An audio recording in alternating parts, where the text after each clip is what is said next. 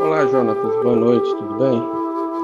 Sobre essa questão que você falou aí das energias, vou tentar primeiro uma abordagem de cima para baixo, tentando explicar mais ou menos o que o livro diz acerca das energias e como elas se manifestam. E depois eu vou tentar explicar de baixo para cima, para ver se a gente consegue transmitir algum entendimento, ou pelo menos aquilo que eu entendi do que o livro fala. Muito bem. Primeiro o livro começa dizendo assim, tudo é energia. Parece uma palavra, uma frase já batida, né? Parece que muitos já disseram isso. Mas como é que podemos entender isso de que tudo é energia? Porque às vezes as pessoas separam matéria daquilo que é energia. E o livro Durante diz que tudo é a mesma coisa se manifestando de maneira diferente. É apenas o status dessa energia é que pode ser em algum momento entendida como energia pura e em outro momento como matéria. Eu diria que, entre aspas, né, energia é como se fosse a matéria, como se fosse a energia congelada, né? Vamos dizer isso. Então vamos lá, o que o livro Durante fala? Quando ele vai falar de energia, ele diz o seguinte: toda energia tem como fonte o paraíso. Tudo parte do Pai Universal. Então, é claro que muitas pessoas podem dizer assim, não acredito em Deus. Mas tudo bem, precisamos partir dessa premissa. Porque mesmo aquele que não acredita em Deus, ele vai ter que acreditar em alguma coisa. Essa energia partiu de algo. E essa energia partiu de algo numa época em que não existia o tempo, que não existia o espaço. Então ela tem que transcender o tempo, tem que transcender o espaço. E a fonte dessa energia eu posso chamar de Deus, já que a ciência também não sabe de onde vem essa energia. Ela chega, tudo partiu de um ponto, o Big Bang. E antes disso, sabemos que nada se cria e nada se destrói, tudo se transforma. Então, se nada se cria, de onde surgiu a energia que foi a fonte para gerar o Big Bang, né? Toda essa energia, essa quantidade descomunal de energia para formar o universo inteiro. De onde veio isso? O livro Durante chama isso de Deus. Ele é a fonte de tudo. Muito bem. E aí ele diz o seguinte: a energia ela passa por estágios. Lá na fonte, ou seja, lá em Deus, essa energia é chamada de absoluta.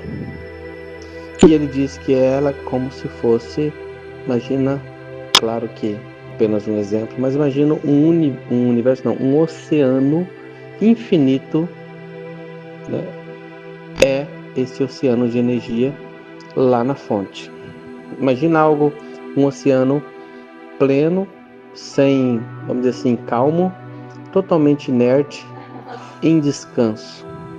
Seria essa fonte de energia chamada de absoluta.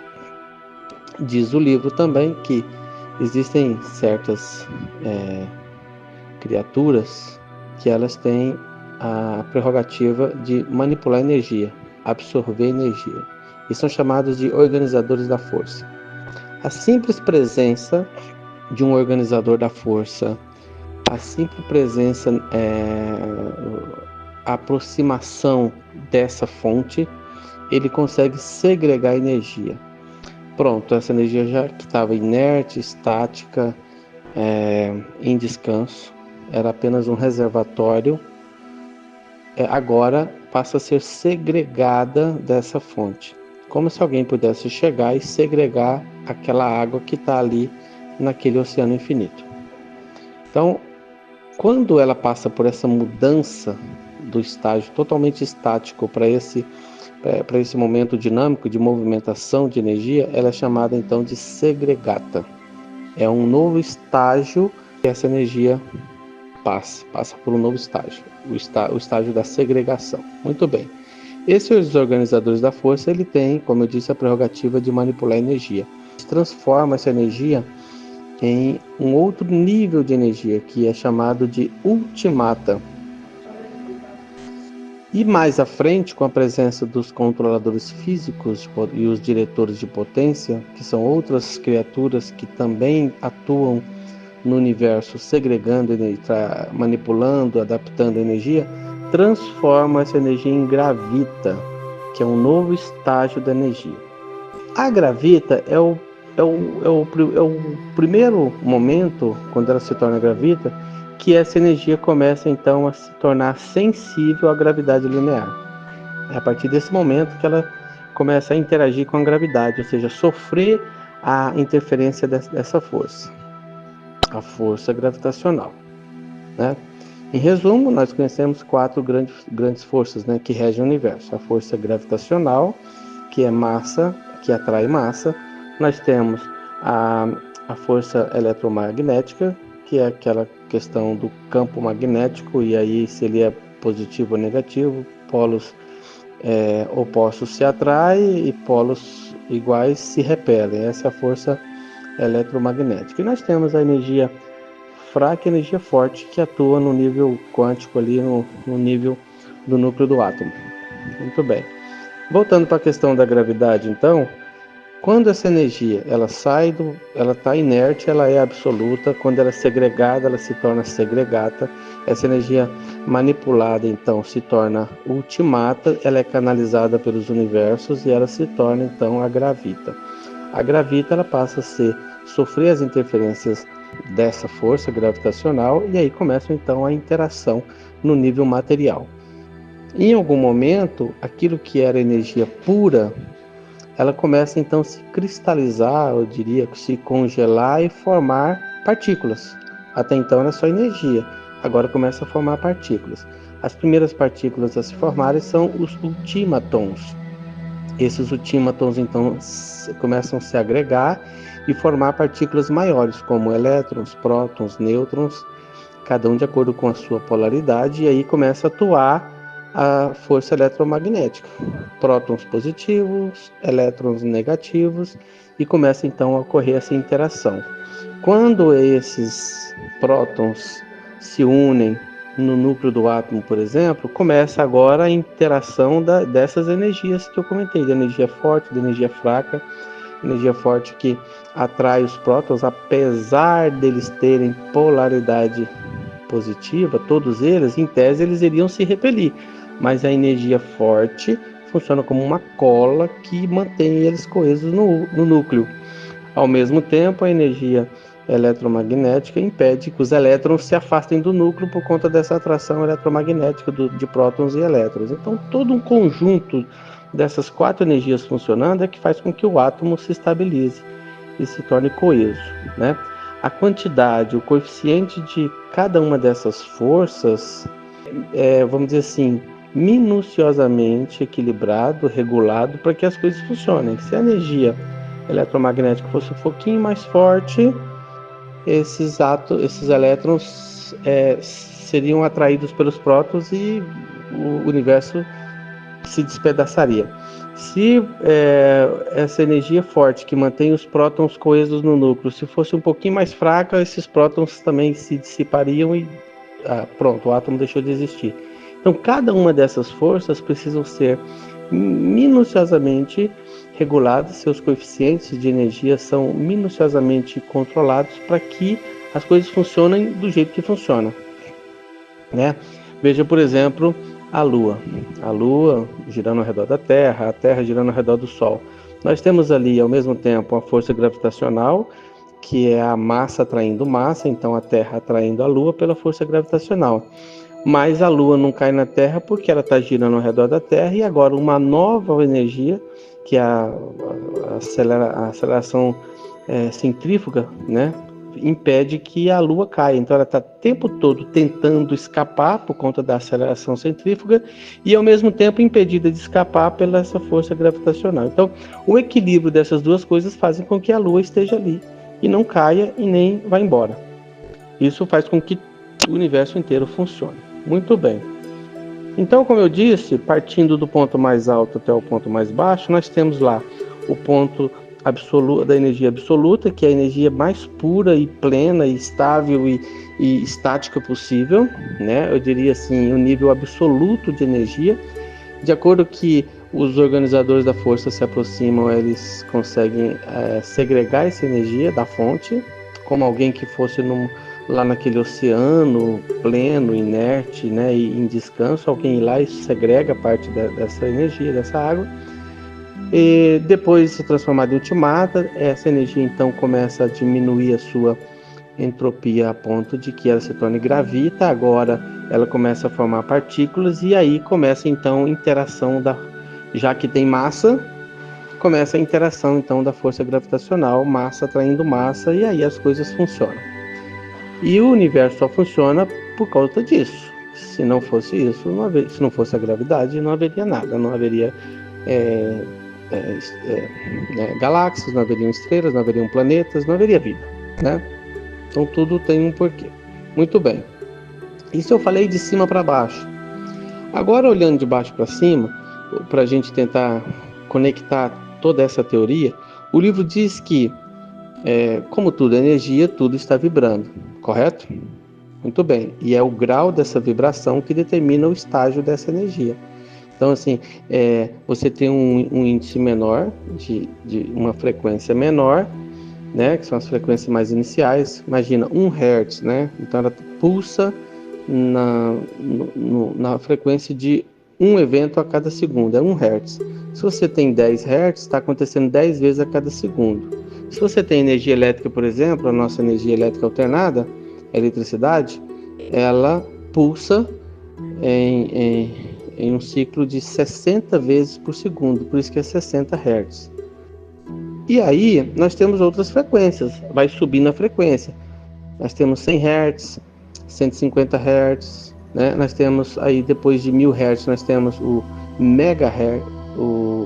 megahertz. Depois do megahertz, nós temos o gigahertz. E nós vamos subindo. Aí nós temos, depois do giga, o terahertz. E eu não vou lembrar de todas as nomenclaturas, mas a gente vai, a cada vez que vai subindo a frequência, a gente vai mudando. A cada 1000, né, a gente vai mudando a unidade de medida, para facilitar. Mas não seria 1 milhão de hertz, né, 1 trilhão de hertz. Então a gente vai mudando a nomenclatura. Assim como nós temos também os bytes, né, 1 byte, aí depois temos o kbytes. Mesma coisa a frequência, tem o kilohertz, megahertz, gigahertz, terahertz e vai subir. O livro de Urântia diz o seguinte, que existem 100 oitavas de energia ondulatória, ou seja, de frequências da energia. Existem 100 grupos.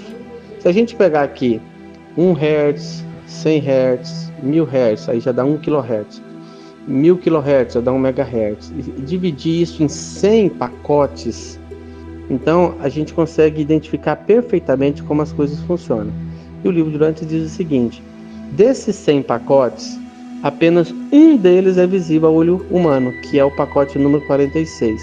Então a gente pegar a frequência aqui do 1, 100, 1000, 1 milhão, aí começa kHz, megahertz, gigahertz.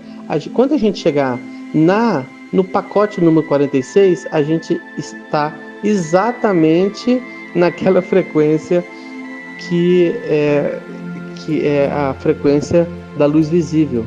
Curiosamente, eu já fiz isso, peguei dividi esses 100 pacotes e coloquei numa planilha do Excel e cheguei quando eu fui nominando cada uma dessas frequências, desde 1 Hz, depois 1 kHz, 1 MHz, 1 GHz, eu fui nomeando, no 46 coincide perfeitamente a frequência da luz visível, que é ali acima do infravermelho e abaixo do ultravioleta. Então a gente tem ali a luz visível, que é o vermelho, o laranjado, o amarelo, o verde, o azul, o anil, o índigo. Então todas essas cores, que a gente chama de as cores do arco-íris, é aquilo que a gente consegue ver. Tudo isso é, na verdade, a frequência com que essa matéria está vibrando, né? Pulsando. Então, como tudo, essa matéria, essa energia, né? Então, como tudo está vibrando, como tudo está pulsando no universo, tudo é energia. E aí, conforme a frequência mais baixa, se torna matéria, a frequência mais alta é energia pura. Então, quando a gente pega essas 100 oitavas aí de frequências, a gente começa a identificar. Como eu disse, lá no pacote 46 a gente tem a luz visível, acima temos a ultravioleta, depois nós temos raio-x, depois nós temos raios gama, depois nós temos raios cósmicos, e a coisa vai subindo. Chega num ponto que a gente está passando já no nível eletrônico da matéria, depois o nível ultimatônico da matéria e depois o nível de energia pura. Então lembra que eu falei que nós temos a absoluta? Então, dentro dessa escala de 100, eu diria que lá na frequência infinita, dentro do infinito, nós temos a frequência 0, 1 kHz, 1 MHz, 1 GHz, e vai subindo. Se a gente tender essa frequência ao infinito, a gente vai encontrar o estágio da energia absoluta, que é a energia que provém do paraíso, a energia pura e absoluta. Tudo começa lá, dessa frequência tendendo ao infinito. Muito bem, de acordo que essa frequência vai diminuindo, a gente então vai passar pelo nível da segregata. Essa frequência diminui um pouco mais, a gente passa pelo nível da ultimata. Essa frequência baixa um pouco mais, a gente cai então no nível da gravita. A gravita é o nível da energia que começa a se cristalizar e formar as primeiras partículas, as partículas subatômicas, como o ultímaton. Sem ultímatons formam um elétron, elétrons e prótons formam os átomos, átomos formam moléculas, moléculas formam a matéria que a gente conhece, que a gente lida hoje. Muito bem. Então, eu entendo que lá no nível altíssimo da frequência é onde está a energia pura e absoluta. De acordo que essa energia diminui sua entropia, ela vai passando por esses outros estágios até se cristalizar e formar partículas. No momento que forma partículas, que é a gravita, como eu já comentei, ela começa então a sofrer a atração da força gravitacional, e aí começa a coesão. Veja que essa gravita, com a formação dos ultímatons, que são as primeiras partículas a surgirem, e a agregação desses ultímatons formando elétrons, quando um elétron, um próton e um nêutron se unem, o que acontece? Forma o hidrogênio, o primeiro gás da tabela periódica. Se eu tenho 2 elétrons, 2 prótons e 2 nêutrons, eu formo o hélio, que é um gás, o elemento número 2 da tabela periódica. E de que são feitas as nebulosas que dão origem a tudo no universo? Exatamente esses gases. Então nós temos as nuvens de gás, formadas por hidrogênio, basicamente. Quando isso passa por transformação e pressão, alta temperatura, forma gás hélio, né? O próprio Sol é uma grande fornalha transformando hidrogênio em hélio. Por conta da sua alta pressão e temperatura, ele consegue fundir gás de hidrogênio, formando o gás hélio. Por que a gente chama de, por exemplo, a palavra heliocentrismo, quando menciona que o Sol é o centro de tudo, né? A gente chama de heliocentrismo. Por que de hélio? Porque o Sol é uma bola de gás hélio. Ela está transformando o núcleo dela, ela tem hidrogênio, esse hidrogênio está sendo fundido, ocorre um processo de fusão e os hidrogênios unidos formam os átomos de hélio. Muito bem. Então, assim tudo começa uma nuvem de gás. Essa nuvem de gás, ela está lá suspensa, né? Essa energia foi diminuindo a sua entropia até formar partículas e até formar os primeiros átomos de hidrogênio. Em algum momento, diz o livro de Urântia, que uma outra criatura responsável por esse tipo de ação, ela vai para esse núcleo dessa nuvem de gás e ela começa a fomentar um giro, como se ela começasse a girar no centro dessa nuvem de gás. O que vai acontecer quando você gira algo no centro de um, sei lá, imagine uma fumaça, né? Se você tiver uma fumaça e começar a criar um redemoinho, você vê como toda a fumaça ao redor começa a girar em torno daquele centro. Mesma coisa com eles formam esse redemoinho lá no centro, como a hélice de um liquidificador, é o melhor exemplo que me vem à mente. Toda a matéria ao redor, que é o gás de hidrogênio, começa então a girar ao redor desse núcleo e começa a formar uma grande roda, e aí surgem as primeiras nebulosas, não naquele estado inerte, mas agora formando galáxias. Essas nebulosas, então, depois de estarem girando e ali presente força gravitacional, aceleração centrípeta, aceleração centrífuga, tudo isso atuando, o que acontece? essa criatura sai no sentido perpendicular da roda e aí deixa a coisa funcionando ali. E aí todas as energias do universo já começam a agir e faz o trabalho restante. O trabalho restante é o quê? Ela vai em um momento condensar, em outro momento se expandir. Ela vai contrair, se expandir, contrair, se expandir. E nesse processo chega um ponto que ela, nessa contração, ela gera tanta energia que ela explode. E aí ela espalha bolas de gás de alta pressão e temperatura pelo universo. Essas bolas de gás não são nada menos do que as estrelas que conhecemos. Essas estrelas, então, essa bola enorme de gás, começa o seu trabalho, né? De formar planetas ao seu redor, organizar a matéria, a gravidade fazendo o seu trabalho. Aí acontece o que aconteceu com a gente. Nós temos hoje uma bola de gás no centro, planetas ao redor. Alguns planetas estão muito próximos da estrela, não são aptos à vida porque a temperatura é muito alta. Outros estão muito distantes, a temperatura muito baixa, mas tem aqueles planetas que estão numa distância adequada para ter a água líquida na superfície. Esses planetas então são escolhidos para que haja vida, a vida é implantada nesses planetas e essa vida prolifera até o ponto de atingir a inteligência, que é o surgimento de um ser vivo, inteligente, racional, que possa olhar para o alto e pensar: quem sou eu? O que estou fazendo aqui? De onde eu vim? Para onde eu vou? Quem me criou? Como é que as coisas estão funcionando como estão? Quem é o criador de tudo? Começa a fazer essas perguntas. É no estágio que nós estamos. Nós somos essas criaturinhas fazendo essas perguntas. O que é o átomo? O que é a gravidade? O que é a força forte? O que é a força fraca? Quem rege isso? Quem calculou isso? Quem programou isso? Não é mesmo? Então eu pergunto a um ateu: se você chegar a Marte, considerando que nunca teve ninguém em Marte, você é a primeira pessoa a chegar a Marte. Quando você chegar em Marte, você encontra um aparelho celular lá.